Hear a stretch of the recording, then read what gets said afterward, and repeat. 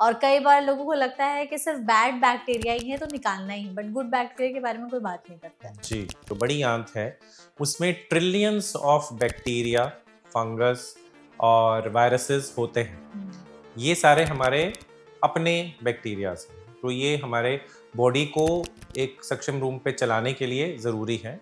इनको ही good bacteria बोला जाता है। और अगर हम कुछ ऐसे सिम्टम्स की बात करते हैं जो बताते हैं कि शायद अब बैड बैक्टीरिया बढ़ गया है हमारे गट में, तो हम एक एक करके आपसे जानना चाहेंगे इससे जुड़ी जो प्रॉब्लम्स है जो अक्सर हमारे इंडियंस फेस करते हैं।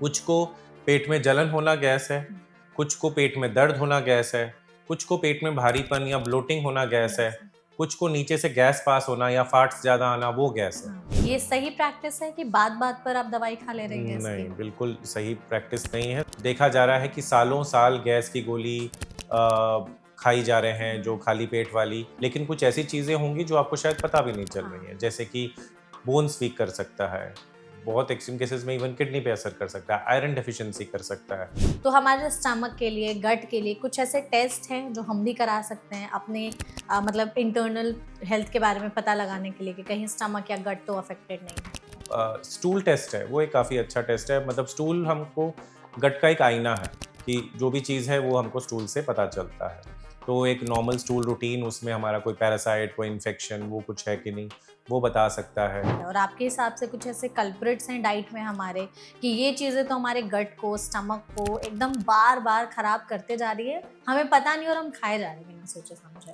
तो इंक्रीज़ जो हुआ है वो हमारा प्रोसेस्ड फूड्स बढ़ गया है, हमारा मैदे वगैरह क्या चीज़ें हो गई, ऐसे ही रिफाइंड कार्ब्स बढ़ गए हैं, व्हाइट ब्रेड, पास्ता ये सब लोग ज़्यादा खा रहे हैं। हुँ, तो ये और फाइबर का इंटेक कम हो गया है। कम। फाइबर्स हमारे आंतों के लिए एटलीस्ट 25 ग्राम हमको फाइबर्स रेगुलरली लेना ही होता है, हुँ। जो कि बहुत कम हो गया है। तो गट फ्रेंडली फूड की लिस्ट है कुछ कि ये 6-7 चीज़ें हैं, आपके गट के लिए अच्छी हैं, ज़रूर शामिल करिए। हर दिन किसी न किसी तरीके से अपनी डाइट में ज़रूर खा कर के इसको देखिए, गट बढ़िया रहेगा आपका। जी, तो इसमें एक तो जो हमने बताया फाइबर वाला, हुँ, तो हुँ। उसमें दही ऐड करेंगे हम। फाइबर्स के लिए whole grains, South Indian food है जैसे इडली है, डोसा है या गुजरात का ढोकला है, हुँ। They are good source of probiotics.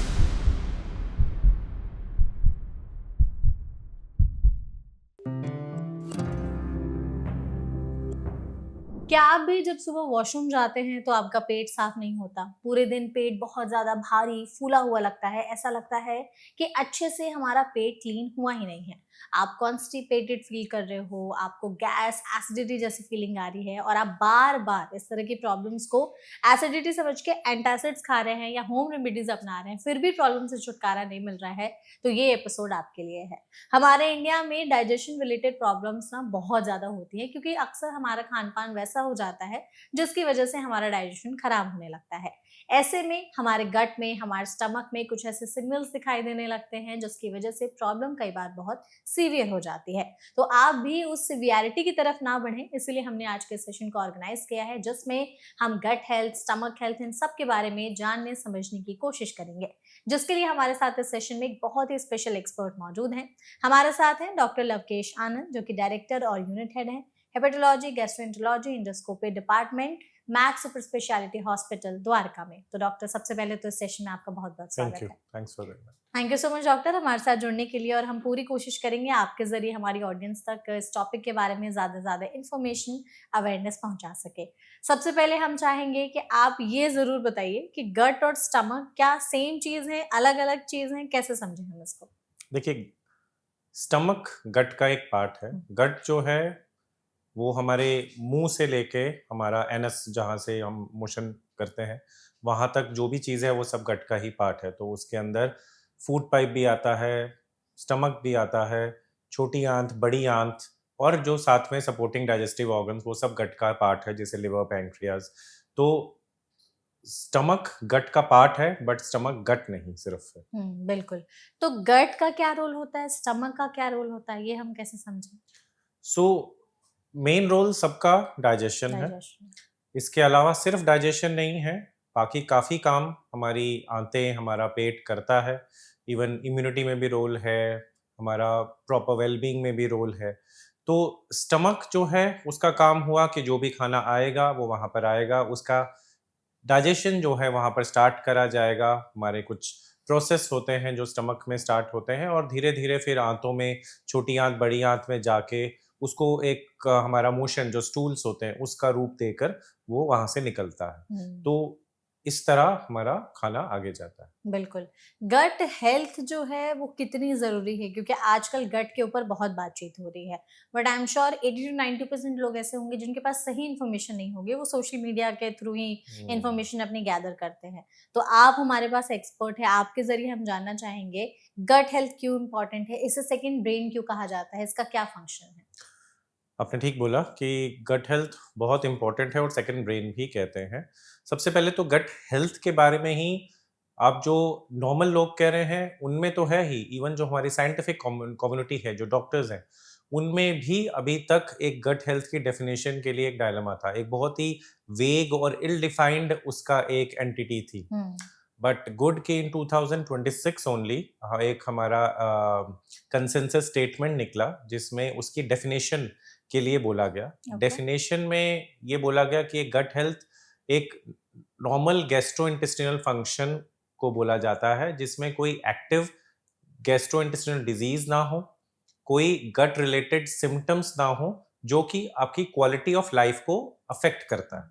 इसमें जो सबसे इंपॉर्टेंट है वो क्वालिटी ऑफ लाइफ है। ठीक है। कोई भी पेट की समस्या, देखिए कभी भी किसी को हो सकता है ओवर ईटिंग करने से या कुछ भी खराब खा लेने से, जैसे बीच में कभी हो गया। लेकिन अगर कोई चीज आपकी क्वालिटी ऑफ लाइफ को फर्क करने लग जाए, आपकी डेली रोजमर्रा की जिंदगी में उसका असर आने लग जाए, हुँ। तो दैट इज इम्पोर्टेंट। हुँ। और इसीलिए गट हेल्थ उसके लिए इम्पोर्टेंट है। बिल्कुल। अगर जैसे गट में हम लोग बैक्टीरिया की बात करते हैं, तो गुड बैक्टीरिया, बैड बैक्टीरिया दोनों की बात होती है। दोनों का क्या रोल होता है? और कई बार लोगों को लगता है कि सिर्फ़ बैड बैक्टीरिया ही है तो निकालना ही है, बट गुड बैक्टीरिया के बारे में कोई बात नहीं करता है। जी, तो आपने बिल्कुल सही कहा। जो हमारी आंतें हैं, जैसे मैंने बताया, जो लार्ज इंटेस्टाइन है, जो बड़ी आंत है, उसमें ट्रिलियंस ऑफ बैक्टीरिया, फंगस और वायरसेस होते हैं। हुँ। ये सारे हमारे अपने बैक्टीरियाज हैं। तो ये हमारे बॉडी को एक सक्षम रूप पे चलाने के लिए ज़रूरी है। इनको ही गुड बैक्टीरिया बोला जाता है। अब ये गुड बैक्टीरिया क्यों बोला जाता है? क्योंकि काफ़ी डाइजेशन में इसका रोल है, इम्यूनिटी में इसका रोल है और इवन कुछ हमारे हार्मोन्स भी, जो हैप्पी हार्मोन्स के बारे में आपने सुना होगा, सेरोटोनिन है, जो मूड को अफेक्ट करता है, वो भी ये गट हार्मोन जो हमारे गट माइक्रोबायोटा है, हुँ, हुँ। वही रिलीज करता है।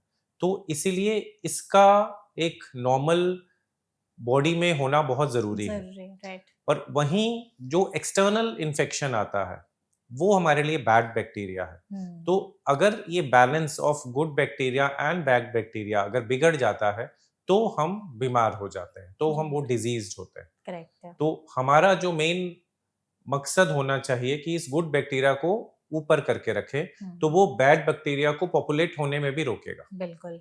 और अगर हम कुछ ऐसे सिम्पटम्स की बात करते हैं जो बताते हैं कि शायद अब बैड बैक्टीरिया बढ़ गया है हमारे गट में, तो हम एक-एक करके आपसे जानना चाहेंगे, इससे जुड़ी जो प्रॉब्लम्स हैं, जो अक्सर हमारे इंडियंस फेस करते हैं। क्या है इसका सॉल्यूशन? क्यों हो जाता है? इसको सही करने के लिए हम क्या कर सकते हैं? सबसे कॉमन प्रॉब्लम आई थिंक जो डॉक्टर है दैट इज़ गैस। गैस को कई बार पता नहीं क्यों कहा जाता है कि सर में चढ़ गया है, यहाँ चढ़ गया है, वहाँ चढ़ गया है। गैस क्या है? क्यों होती है? क्या बताती है कि हमारी गट हेल्थ कैसे इम्पैक्टेड है? गैस एक बहुत ही लूजली यूज़ टर्म यूज है। टर्म है। पेशेंट्स आते हैं हमारे पास, ये कहते हैं कि हमें गैस हो रहा है। अब उनसे ये पूछते हैं फिर स्पेसिफिकली कि उनके लिए गैस का मतलब क्या है। हुँ। हर आदमी के लिए गैस अलग है।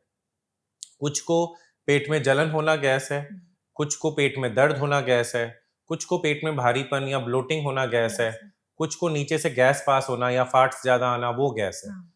हमारे लिए सब चीज़ें ही part and parcel of acidity कह लो, डाइजेशन का इशू। तो ये इम्पोर्टेंट क्यों है कि एग्जैक्ट सिम्टम क्या है, क्योंकि सबका कारण अलग है। हुँ। आपने ओवरऑल बोल दिया कि मुझे गैस हो रहा है, लेकिन अगर ऊपर हार्ट बर्न हो रहा है या डकार ज़्यादा आ रहे हैं, तो हमें गर्ड की निशानी से देखना होता है। हुँ। अगर पेट भारी हो रहा है, ब्लोटिंग हो रहा है, तो हमें डाइजेशन के हिसाब से देखना होता है कि कौन सी ऐसी चीज़ हो रही है। या अगर कोई नीचे से फाट्स ज़्यादा आ रहे हैं, तो भी उसी चीज से देखना है कि कहाँ पर कोई मैल एब्जॉर्प्शन तो नहीं हो रहा, कोई डाइजेशन तो नहीं है। तो स्पेसिफिक हमारे लिए सिम्टम बहुत इंपॉर्टेंट और बहुत मायने रखता है। तो दूसरा जो आपने बोला कि ये भी बहुत कॉमन लेकर आते हैं कि गैस सिर पे चढ़ जाना, तो इसका दोनों एसोसिएशन है। It can be a cause, it can be affect.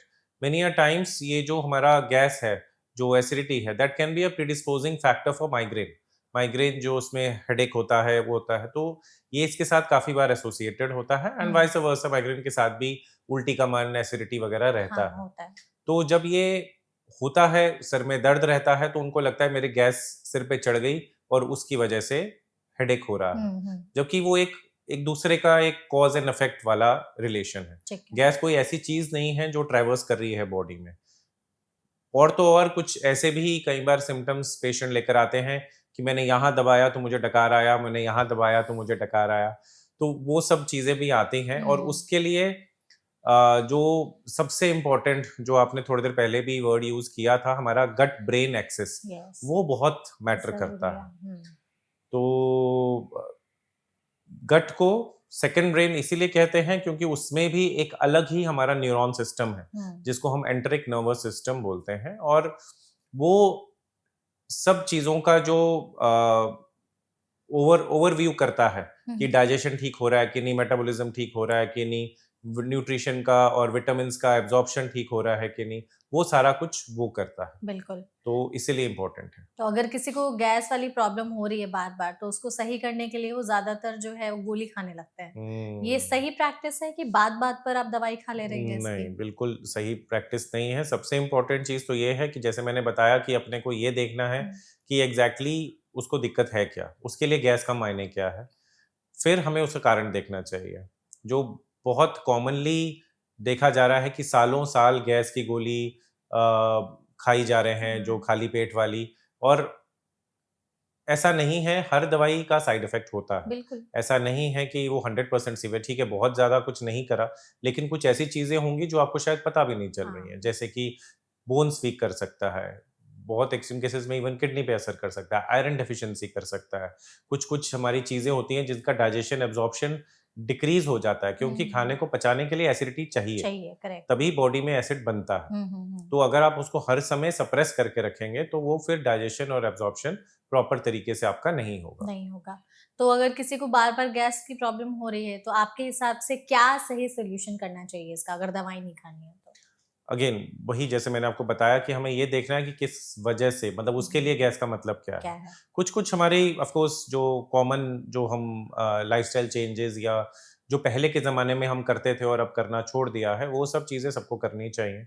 जिसमें सबसे अच्छा है कि स्मॉल फ्रीक्वेंट मील्स लेना मील्स, चाहिए। हाँ। इंस्टेड ऑफ 3 मेजर मील्स, हमको उसको डिवाइड कर देना चाहिए 4 टू 5 स्मॉल मील्स में। छोटा-छोटा। दूसरा, फूड का जो हमारे को खाते समय जो चबाना है, वो बहुत इंपॉर्टेंट है। अच्छे से च्यू करके खाना चाहिए। आज की फास्ट पेस लाइफ में लोग बस अंदर डाला और निगल लिया, उसको डाइजेस्ट नहीं कर रहे, नहीं करते तो हैं। सारा काम पेट के लिए छोड़ दिया। तो वही अगर हम 32 बार जो बोला जाता है हमारे शास्त्रों में भी और बाकियों में भी कि उसको अपने को अच्छे से चबा के करना है, तो वो हमारे लिए बहुत बेनिफिशियल रहता है, तो वो होना चाहिए। लास्ट मील जो हमारा दिन का है, वो एटलीस्ट 2 से 3 घंटे पहले सोने के हो जाना हो जाना चाहिए। चाहिए। देन डाइट में एक बैलेंस डाइट चाहिए, फाइबर्स का अमाउंट अच्छा होना चाहिए। फाइबर्स एक ऐसी चीज़ है जो हमारे लिए बहुत-बहुत इम्पोर्टेंट है, और अब बहुत स्टडीज़ है हमारे पास जिसमें over the period of time we have drastically reduced हमारा फाइबर इंटेक। तो इसीलिए वो हमको चाहिए। पानी की मात्रा अच्छी होनी चाहिए, adequate hydration is very important. तो बिल्कुल। कम से कम 5 टू 6 ग्लासेस तो हमें पीना ही है। ऐसा नहीं कि एक बार में 2-3 नहीं, ग्लास पी लिया, थोड़ा-थोड़ा। थोड़ा-थोड़ा करके ज़्यादा लेना चाहिए। देन प्रोबायोटिक्स, प्रीबायोटिक्स जो नेचुरल है, नॉट आर्टिफिशियल, नेचुरल है। हमारे लिए अच्छा है कि हमारा जो इंडियन खाना है, वो बहुत रिच है इन सब चीज़ों में। लेकिन हमने इन सब चीज़ों को छोड़ के थोड़ा वेस्टर्नाइज़ेशन में चले गए। राइट। तो जो रूटीन में हमारा दही था, छाछ है, ये सब चीज़ें अच्छी हैं। फ्रूट्स हैं, ग्रीन वेजिटेबल्स हैं, जो हम सदियों से लेते आ रहे खाते हैं, हैं। उसको अपने को छोड़ना नहीं है, उसको आपको रेगुलर लेना है। बिल्कुल। तो ये तो जैसे हम लोगों ने गैस की बात की है। अक्सर लोगों के साथ ना एसिडिटी की प्रॉब्लम होती है, ये सीने में जलन या पेट में जलन हो रही है कि कुछ भी खा रहे हैं तो ऐसा लग रहा है खाना ऊपर आ रहा है, हुँ, जिसकी हुँ, वजह हुँ। से बहुत सारे लोगों को शिकायत रहती है कि पेट फूला हुआ भी लग रहा है, भारी भी लग रहा है, ब्लोटेड एकदम से, एकदम टाइट हो चुका है। तो ये वाली दिक्कत क्या बताती है कि आपका गट किस तरीके से इम्पैक्टेड है? हुँ। इसमें 2 अलग-अलग चीज़ें हैं। हुँ, एक जो आपने बताया कि सीने में जलन और जो हार्टबर्न होता है। ये ज़्यादातर GERD की निशानी होती है, हुँ, जिसको हम गैस्ट्रोएसोफेजियल रिफ्लक्स डिसऑर्डर बोलते हैं। मतलब खाना नीचे जाने की जगह ऊपर की तरफ आ रहा है। इसमें जनरली जो हम चेक करते हैं, हमारा जो ये फूड पाइप है, पेट है, दोनों के बीच में एक वॉल्व जैसी चीज़ है, ठीक जो है। खाने को पीछे आने से रोक रहा है। हुँ, हुँ। तो कुछ लोगों में वो वॉल्व ढीला हो जाता है या इवन ऊपर की तरफ चढ़ भी जाता है, जिसको हम हाइटस हर्निया या लैक्स कार्डिया बोलते हैं। अच्छा। उसमें फिर ये जलन वगैरह की टेंडेंसी बढ़ जाती है। हुँ, हुँ, हुँ। अब इसको प्रिवेंट करने के लिए थोड़ा-थोड़ा करके ज़्यादा खाना, जैसे पहले बताया, खाना खाते ही लेटना नहीं है किसी भी टाइम। हाँ, और जब रात को सोते भी हैं तो उनको हम बोलते हैं कि आपको फ्लैट नहीं सोना, थोड़ा रिक्लाइंड पोजीशन में चाहे पिलोज़ यूज़ कर लें या रिक्लाइनर यूज़ करें, जिससे कि वो रिफ्लक्स खाना जो ऊपर जाने वाला है, वो अवॉइड करना है। हुँ, उसके अलावा जो टी, कॉफ़ी ये सब बढ़ाता है हुँ। GERD को, तो उसको अवॉइड करना है। अल्कोहल, स्मोकिंग इन सबको मिनिमाइज़ करना है, ये सब चीज़ें इनको बढ़ाएँगे। ठीक है। तो और ये जो ये वाला। ब्लोटिंग वाला पार्ट है? दूसरी तरफ जो ब्लोटिंग है that indicates more towards digestion. हाँ। वो हमारा खाना का प्रॉपर तरीके से डाइजेस्ट ना होना या गट का स्टमक का एम्प्टिंग, जो हुँ, हमारा एक सब चीज़ों का रेट है कि खाना स्टमक में आया फिर उसने एम्प्टी करके स्मॉल इंटेस्टाइन में गया। वो कई बार स्लो हो जाता है कुछ-कुछ डिज़ीज़ में भी, कुछ-कुछ कंडीशंस में भी। हुँ, उसमें भी ब्लोटिंग मिल सकती है। तो इसमें ज़्यादा जो हेल्पफुल रहेगा कि कार्ब्स की मात्रा हमें उसमें कम थोड़ी करनी पड़ती है क्योंकि उससे हमारा ब्लोटिंग बढ़ सकता है। तो वो ठीक है। हम बोलते हैं उसमें भी जो रिफाइंड कार्ब्स है वो बिल्कुल हुँ, ही अवॉइड करने मैदा चाहिए। वगैरह। तो हुँ, ये मैदा वगैरह हमको अवॉइड करना है और जो प्रोसेस्ड फूड्स वगैरह है इसको अवॉइड करना है। और ऑफ कोर्स जो हमने हेल्दी हैबिट्स पहले बोली that also helps in that. वो फ़ॉलो करनी अलोंग पड़ेगी। With regular exercises hmm, and stress का बहुत इंपॉर्टेंट रोल है इसमें गट में। गट में। तो वो उसको भी हमको एलिविएट करना है विथ रेगुलर मेडिटेशंस, हुँ, योगास और इन सब चीज़ों से। बिल्कुल। अगर जैसे ये 3 प्रॉब्लम्स हैं, बहुत सारे लोग जो हैं वो कॉन्स्टिपेटेड भी रहते हैं। ये बहुत चीज़ें ट्राई करके देख ली लेकिन कॉन्स्टिपेशन की प्रॉब्लम ठीक नहीं हो रही है। कई बार वो पाइल्स, फिशर या फिस्टुला इन सब चीज़ों में कन्वर्ट भी हो जाती है। तो अगर कॉन्स्टिपेशन लंबे समय तक चल रहा है, कुछ भी करके देख लिया, सही नहीं हो रहा है और बहुत सारे लोगों को मैंने देखा है जो अलग-अलग तरीके के सप्लीमेंट्स भी इस्तेमाल करने लगते हैं। कॉन्स्टिपेशन क्यों हो जाती है? गट के बारे में हमें क्या बताता है कि क्यों हो रहा है कॉन्स्टिपेशन?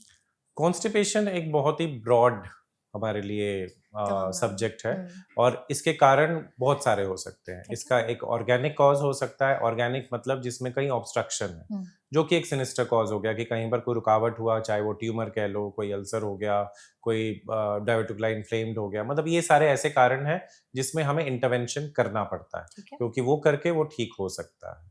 और दूसरी तरफ जो ज़्यादा कॉमन है वो फंक्शनल कॉजेज़ है। नाउ फंक्शनल कॉजेज़ में हो सकता है कि आपकी आंतें ही स्लो चल रही हैं, जो कि एल्डरलीज़ में, डायबिटिक्स में, इन सब चीज़ों में काफ़ी कॉमन मिलता है। तभी हमको एल्डरली में कॉन्स्टिपेशन की समस्या बहुत कॉमन मिलता है हुँ, कि जो मसल का जो मूवमेंट है, जो स्पाज़्मोटिक जो मूवमेंट एक होता है खाने का, स्टूल का, वो सब वीक होने लग जाता है। ये एक कॉमन कारण मिलता है। उसके अलावा वही हमारा जो गट डिसबायोसिस हमने बोला कि एक हेल्दी बैक्टीरिया और जो हार्मफुल बैक्टीरिया है, उसका जो एक रेशो है वो कई बार बिगड़ जाता है, उसकी वजह से भी हो सकता है। फिर हमारे डाइटरी हैबिट्स, हुँ, पानी कम पीना, बच्चों में स्पेशली, बच्चों में आजकल बहुत ज़्यादा कॉन्स्टिपेशन देखने को मिल रहा है ठीक और है। उसका कारण यही है कि junk food, processed food, sweeteners, soft drinks ये सब चीज़ें ज़्यादा लिया जा रहा है। हुँ, हुँ, जो फाइबर्स है वो बिल्कुल कम हो गया कम है, हो गया। सेडेंटरी लाइफ़स्टाइल है। हुँ, बिल्कुल, कोई वीडियो गेम्स प्रेफ़र कर रहे हैं रादर देन आउटसाइड प्लेइंग। तो राइट। उस सब की वजह से छोटी उम्र से ही ये प्रॉब्लम्स आने लग गई हैं। हुँ, तो उसको भी करके हम प्रिवेंट कर सकते कर हैं। सकते हैं, तो कॉज़ को इवैल्यूएट करने के लिए हमको बहुत सारे टेस्ट कई बार करने करने पड़ते पड़ते हैं हैं। हुँ, हुँ, टू सी कि उस पेशेंट में पर्टिकुलरली क्या कारण है हुँ, हुँ। एंड अकॉर्डिंगली फिर हम इंटरवेंशन करते हैं to avoid that. And same with diarrhoea क्योंकि कुछ लोग ऐसे हैं जो कॉन्स्टिपेटेड, कुछ लोग हैं कि बार-बार लूज़ मोशन की डायरिया का प्रॉब्लम हो रही है। जो है अपार्ट फ्रॉम इन्फेक्शंस हम्म। जो कि एक्यूट होता है, now diarrhoea can be acute and chronic. Chronic, हाँ। एक्यूट तो हुआ कि जो सीजनल आया, फ्लू, जैसे इन दिनों बहुत डायरिया फैला हुआ है, तो पेशेंट आता है, उसको 2-3 दिन की हिस्ट्री लेकर आया, मेरे को इन्फेक्शन हुआ, वो पूरी तरह से ठीक हो जाएगा। लेकिन दूसरी तरफ पेशेंट्स हैं जिनका क्रॉनिक डायरिया चल रहा है ना, वो क्रॉनिक डायरिया वालों में हमें ये देखना होता है कि उसका कारण क्या है ना। उसके कारण में फूड एलर्जीज एक और है, जिसमें मैं जनरल फूड एलर्जी ना कह के अगर मैं कहूँ सबसे कॉमन जो है वो है ग्लूटेन एलर्जीज। एलर्जीज, जिसको हम सीलियाक डिजीज भी बोलते हैं। तो इसमें वीट, बार्ले, राय, ये सब ग्लूटेन का पार्ट होता है। अच्छा। इससे कुछ लोगों को एलर्जी होती है, तो उनमें हो सकता है, which we can evaluate. There are other group जिसमें लैक्टोज इंटॉलरेंस है, तो उनको लैक्टोज रिच फूड लेंगे तो उनको उससे हो जाएगा। तीसरा जो सबसे इंपॉर्टेंट है वो है आईबीएस, जिसको हम इरिटेबल बाउल सिंड्रोम बोलते हैं। ये इरिटेबल बाउल सिंड्रोम वो है जिसमें गट ब्रेन एक्सेस के अफेक्ट से हुआ। तो इसमें ये क्रॉनिक होता है, ज्यादातर लोअर एब्डोमिनल पेन के साथ इसमें डायरिया या कॉन्स्टिपेशन दोनों ही हो सकते हैं, और ब्लोटिंग भी इसमें हो सकता है, और ज्यादातर स्ट्रेस एंजाइटी से इसका एक्सेस होता है। अब इसमें भी कई पेशेंट्स आते हैं जो बोलते हैं हमें तो किसी बात की कोई टेंशन नहीं है, कोई एंजाइटी नहीं है, तो फिर हमें क्यों आप ये बोल रहे हैं कि आईबीएस है। तो वो क्या है कि ये जो स्ट्रेस एंजाइटी, ये सिर्फ दिमागी स्ट्रेस एंजाइटी की बात नहीं हो रही, हमारे गट की स्ट्रेस एंजाइटी की बात हो रही है। तो उसकी वजह से कई बार सब क्लिनिकल होता है, आपको पता भी नहीं होता कि हाँ, इवन यही भी चिंता कि मेरा पेट ठीक क्यों नहीं हो रहा, वो भी एक चिंता है। Correct. And that will further aggravate, एक विशियस साइकिल बन जाता है। बिल्कुल। तो ये सारे जो हम लोगों ने प्रॉब्लम्स अब तक समझे हैं, ये बहुत ही ज़्यादा कॉमन होते हैं। तो आपके ओपीडीज़ में आई एम श्योर पेशेंट्स बहुत सारी दिक्कतें लेकर के आते होंगे। कुछ ऐसे प्रॉब्लम्स जो आपको लगता है कि आज के समय में पहले के मुकाबले बढ़ी है, जो आप एड्रेस करना चाहते हो हमारी ऑडियंस को कि हाँ, ये सब भी प्रॉब्लम्स हैं आजकल, या क्या मेजरली कंप्लेंट्स लेकर के आते हैं आपके पास? मेजर कंप्लेंट्स जो हमने अभी ये बोला, आईबीएस काफी बढ़ गया है। जो भी लाइफस्टाइल रिलेटेड प्रॉब्लम्स हैं, चाहे वो फैटी लिवर की हो रही हो, चाहे वो आईबीएस की हो, ये सब बढ़ रही हैं because of the change in diet. जो डाइटरी हमारी चेंजेस हो रही हैं, सेडेंटरी लाइफस्टाइल्स, और कुछ चीज़ें ऐसी भी हैं जो पहले डिटेक्ट नहीं होती थी, अब because of the advancement in science हम उसको डिटेक्ट जल्दी कर रहे हैं। तो उसमें आईबीडी है, एक इन्फ्लेमेटरी बाउल डिजीज, जो कि पहले कहते थे कि इंडिया में बहुत कम होता है, बाहरी कंट्री में ज़्यादा होता है, पर अब हम काफ़ी देखते हैं। इसमें दो चीज़ें होती हैं, ulcerative colitis and Crohn's disease. इसमें आंतों में छाले पड़ जाते हैं, और ये स्टमक नहीं है, इसमें आंतों में होता है, इंटेस्टीन में हो जाता है। तो इनमें अल्सर्स हो जाता है, जिसमें लैट्रिन के साथ ब्लड भी आ सकता है, लूज स्टूल्स रह सकते हैं, और ये लाइफ लॉन्ग इसमें दवाइयाँ चलती हैं। अच्छा, तो यही है कि कई बार हम चीज़ों को इग्नोर करते हैं। पहले के ज़माने में शायद ज़्यादा इग्नोर, अभी हम क्योंकि अवेलेबिलिटी है तो जल्दी हम उसको टेस्ट कर सकते हैं, उसको आगे चलने से बचा सकते हैं। आपने जो इग्नोरेंस वाली बात कही है, आज भी कॉमन है, ऐसा नहीं है। लोगों को लगता है कि चलो ठीक है, देखते हैं कब तक खुद से ठीक हो जाता है। कुछ ऐसे इमरजेंसी साइंस जो आप बताना चाहेंगे कि नहीं, ये दिख रहे हैं, इतने समय तक दिख रहे हैं, तब तो आपको एक बार डॉक्टर से विजिट कराने की जरूरत है। मे बी आपका गट बहुत बुरी तरीके से अफेक्टेड है। बिल्कुल। तो कोई भी बीमारी अगर लंबे सिरे से हो, तो सबसे पहले तो वो आपको उसको इग्नोर नहीं करना है। जैसे मैंने बोला, कोई चीज़ एक्यूट है देन इट्स ओके, लेकिन अगर परसिस्टेंट कोई भी सिम्टम्स आ रहे हैं, विच इज़ परसिस्टेंट डिस्पाइट आपने कुछ भी थोड़ी बहुत दवाई खा ली, थोड़ा लाइफस्टाइल चेंज करके देख लिया, लेकिन उसके बाद भी चीज़ें ठीक नहीं हुई, then you should not ignore it. इसके अलावा हमारे पास कुछ रेड फ्लैग साइंस होते हैं, कुछ हमारे अलार्म सिम्टम्स होते हैं, जिसमें सबसे इंपॉर्टेंट है ब्लड इन स्टूल। नाउ कई बार ये ब्लड दिखता है, जैसे स्टूल में ब्लड आ गया, या लैट्रिन काली आ रही है, या मुंह से खून आता है, ये सब हमारे सिनिस्टर साइंस हैं। या कई बार सिर्फ आयरन डेफिशिएंसी एनीमिया होता है, जिसका कोई कारण नहीं मिला, कारण देखा कोई कम खा रहा है तो चलो ठीक है, उसमें कुछ और जैसे ग्लूटेन में कई बार मिलता है, सीलियाक डिजीज में वो मिला, तो ये सब कारण, लेकिन कुछ में हमें कारण नहीं मिलता, तो उसमें फिर, और वो बोलते हैं कि हमें कहीं से ब्लीडिंग भी नहीं हो रही, तो इनमें हम स्टूल में माइक्रोस्कोपिक ब्लड ढूंढ सकते हैं, और अगर वो होगा तो फिर अपने को चेक करना है आंतों के बारे में। ठीक है। इसके अलावा खाना निगलने में कई बार लोगों को दिक्कत होती है कि वो खाना निगल ही नहीं पा रहे हैं, या पेन हो रहा है, या गले में कुछ अटका अटका लग रहा है, तो ये भी हमारे कुछ साइंस हैं। परसिस्टेंट वॉमिटिंग हो रहा है, परसिस्टेंट डायरिया चल रहा है, एब्डोमिनल क्रैम्प्स पड़ते हैं, काफ़ी ज़्यादा होता है, या कोई भी sudden change in the bowel habits, कोई आदमी बिल्कुल ठीक था इतने टाइम से और अचानक से उसका बावल चेंज हुआ है, then that is an indicator कि उसको इवैल्यूएट करना है। करना चाहिए। कि अब मैं आपको एक एग्जांपल देता हूँ, ये ब्लीडिंग का ही। हमारे देश में ये भी बहुत कॉमन है कि कुछ भी होगा सबसे पहले आस-पड़ोस वाले काफ़ी अच्छा ज्ञान दे देते हैं। तो उसने बुजुर्ग ही थे, तो ब्लीडिंग उनका होता था और वो यही मान के चल रहे थे कि उनको पाइल्स है, तो बस इन सब के कुछ-कुछ जो भी नुस्खे होते घरेलू हैं और नुस्खा। इलाज होते हैं, वो सब चीज़ें वो कर रहे थे। तो अल्टीमेटली वो आए और वो ही वाज़ क्वाइट एजुकेटेड, तो वो खुद ही बोले कि अब तो काफ़ी हो गया, अब आप इसको इसका जाँच कर लीजिए। तो हमने उनका एक कोलोनोस्कोपी किया क्योंकि बहुत टाइम से चल रहा था, तो अंदर एक ट्यूमर था एंड वो अब ट्यूमर उस समय जब मेरे पास आया तो वो ऑलरेडी फैल चुका था। कैंसरस? हाँ जी, कैंसर था, जिसको तब से वो इग्नोर पाइल्स का करके समझ के इग्नोर इग्नोर कर कर रहे रहे थे। थे, तो बिल्कुल। हमको चीज़ों को इग्नोर नहीं करना चाहिए, मतलब राइट, राइट। एटलीस्ट ये रेड फ्लैग साइंस को तो बिल्कुल नहीं करना। बिल्कुल, ये चीज़ आपने सही कही कि इंडिया में बहुत प्रॉब्लम कॉमन है कि हुँ। सिम्पटम्स आते हैं तो उसको लोग ध्यान ही नहीं देते और लंबे समय तक इग्नोर करके चलते रहते हैं।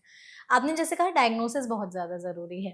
कुछ हेल्थ चेकअप्स वगैरह का भी ट्रेंड पहले के मुकाबले आजकल बढ़ा हुआ बढ़ है, गया हर है। साल लोग कराते हैं चेक।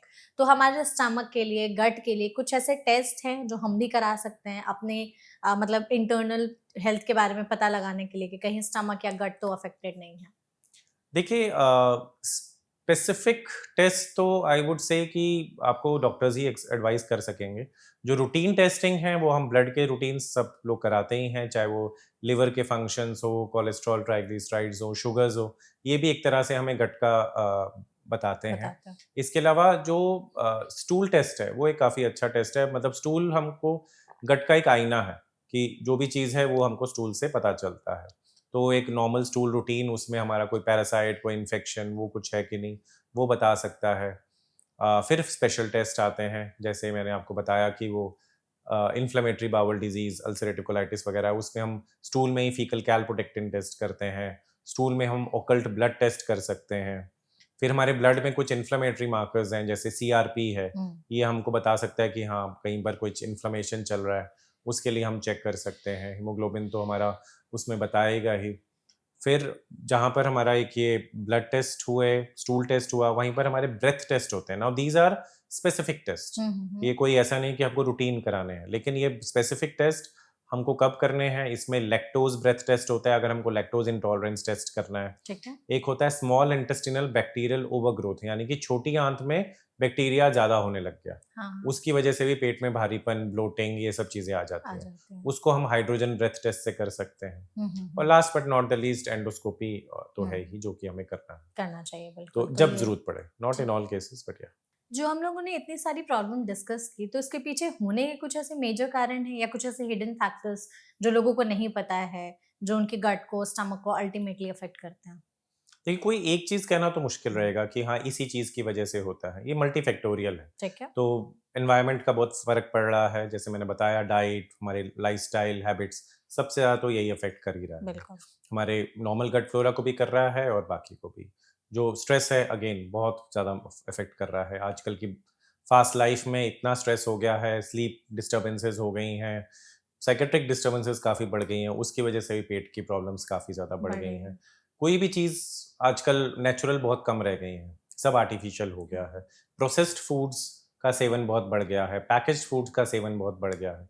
तो ये सारी चीज़ें जो हैं, ये गट को अल्टीमेटली अफ़ेक्ट कर ही रही हैं। हुँ, बिल्कुल। और infections, despite all these advancements, अभी भी हम लोग उस चीज़ में पीछे हैं। हुँ, अभी हुँ। भी हमारे साफ-सफाई और जो इन्फेक्शन रेट्स बाहरी कंट्री के मुकाबले, हमने बाकी सब चीज़ें उनसे ले लिया, लेकिन वो चीज़ नहीं ली है। नहीं तो लिया अभी है। भी हम उसमें कहें तो इसलिए रिकरेंट इन्फेक्शंस बहुत कॉमन है। बिल्कुल। तो ये ये इम्पोर्टेंट। सारी चीज़ें जो आपने कॉजेज़ बताई हैं, इसमें डाइट का कितना बड़ा रोल है? और आपके हिसाब से कुछ ऐसे कल्प्रिट्स हैं डाइट में हमारे कि ये चीज़ें तो हमारे गट को, स्टमक को एकदम बार-बार खराब करते जा रही है, हमें पता नहीं और हम खाए जा रहे हैं बिना सोचे-समझे?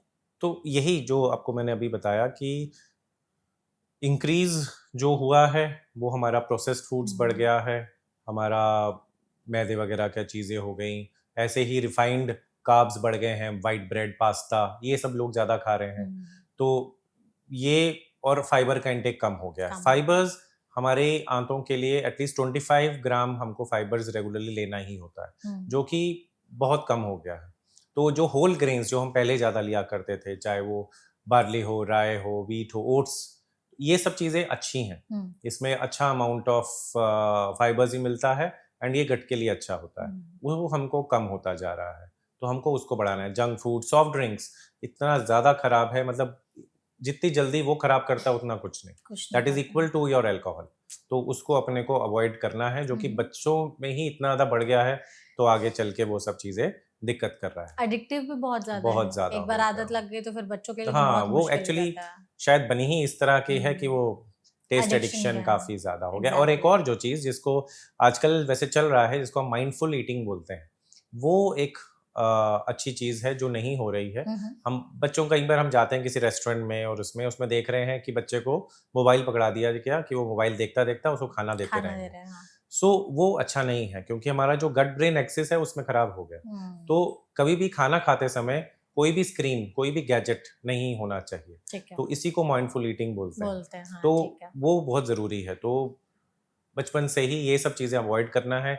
आप सब मिलके एक डाइनिंग टेबल पे बैठें, एक हेल्दी फूड खाएँ, जिसमें सब आपके होल ग्रेन्स, आपका एक balance diet, vegetables, green vegetables, seasonal vegetables, fruits, ये सारी चीज़ें होनी चाहिए।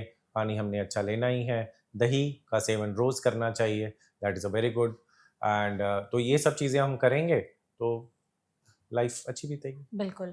तो गट फ्रेंडली फूड की लिस्ट है कुछ कि ये 6-7 चीज़ें हैं, आपके गट के लिए अच्छी हैं, ज़रूर शामिल करिए। हर दिन किसी न किसी तरीके से अपनी डाइट में ज़रूर खा कर के इसको देखिए, गट बढ़िया रहेगा आपका। जी, तो इसमें एक तो जो हमने बताया फाइबर वाला, तो उसमें दही ऐड करेंगे हम। फाइबर्स के लिए होल ग्रेन्स, रिफाइंड कार्ब्स नहीं, होल ग्रेन्स होना चाहिए। होल ग्रेन्स होल में ऐसा ग्रेन्स तो नहीं में कि आटा हो गया, देखो, वो अब दूसरी चीज़ है कि आजकल वेट रिडक्शन के लिए कहा जा रहा है कि कार्ब्स कम करना, कम करने, लेकिन हाँ, एक गट को हेल्दी रखने के लिए अपने को वो भी चाहिए, तो एक ठीक है। बैलेंस चाहिए। हुँ। ऐसा नहीं है कि आप उसको कंप्लीटली फेज़ आउट कर हुँ, सकते हुँ, हैं। हुँ, हुँ। उसके भी आजकल डिफरेंट वो आ गए हैं। You can have a mixed grain. हाँ, Instead of just the wheat, you can have barley, you can have oats along with it, and which will give you everything. वो सब कुछ आपको दे रहा है। ठीक है। तो वो चाहिए।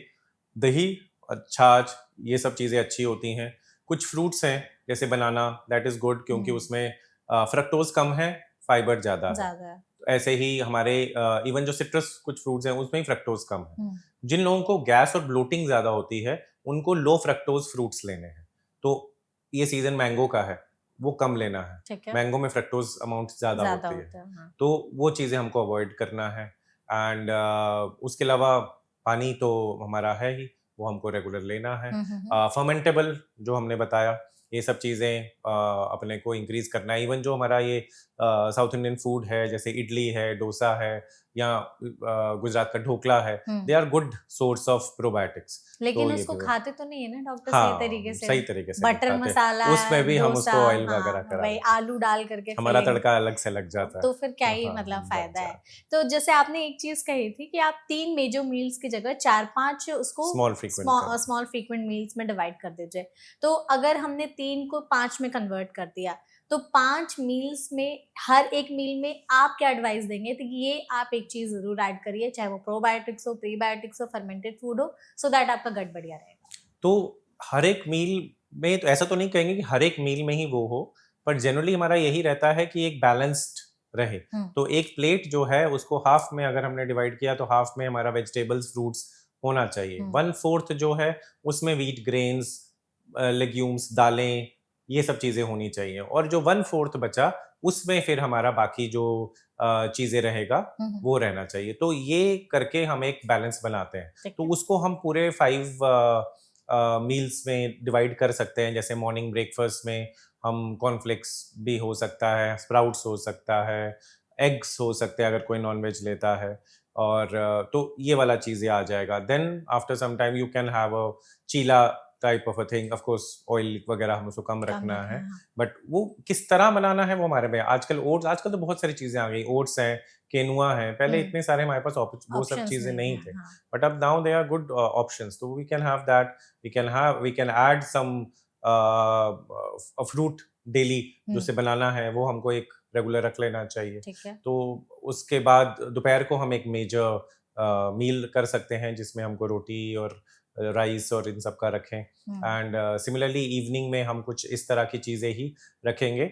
अवॉइड करना है हमें वो स्नैक्स जो समोसा समोसास, कचौड़ी। कचौड़ीज जो कि रिफाइंड हाँ। वाला रहेगा, वो सबको इवन चाय के साथ भी जो हम बिस्किट्स का हमारा वो रहता है वो भी अपने को रेगुलर नहीं रखना चाहिए, उसको भी अपने को अवॉइड करना चाहिए। ठीक है। एंड रात का जो मेन डिनर है वो हल्का होना चाहिए, और ऑफ कोर्स रात को सोने से 2-3 घंटा पहले हमें सो जाना गैप देना चाहिए। गैप देना चाहिए। बिल्कुल। अगर हमें ये जानना हो कि हमने गट के इन सिग्नल्स को लंबे समय तक इग्नोर किया, अपने डाइट में, लाइफस्टाइल में बदलाव नहीं किए, तो प्रॉब्लम और कितनी सीवियर होकर के किन बीमारियों में तब्दील हो सकती है? बीमारियां इतनी ज़्यादा भी हो जाती हैं कि वेट लॉस काफ़ी होने लग जाता है। जैसे जितने भी विटामिन डेफिशिएंसीज़ हैं वो सब तो आ ही जाती हैं, खून की कमी होने लग जाती हैं।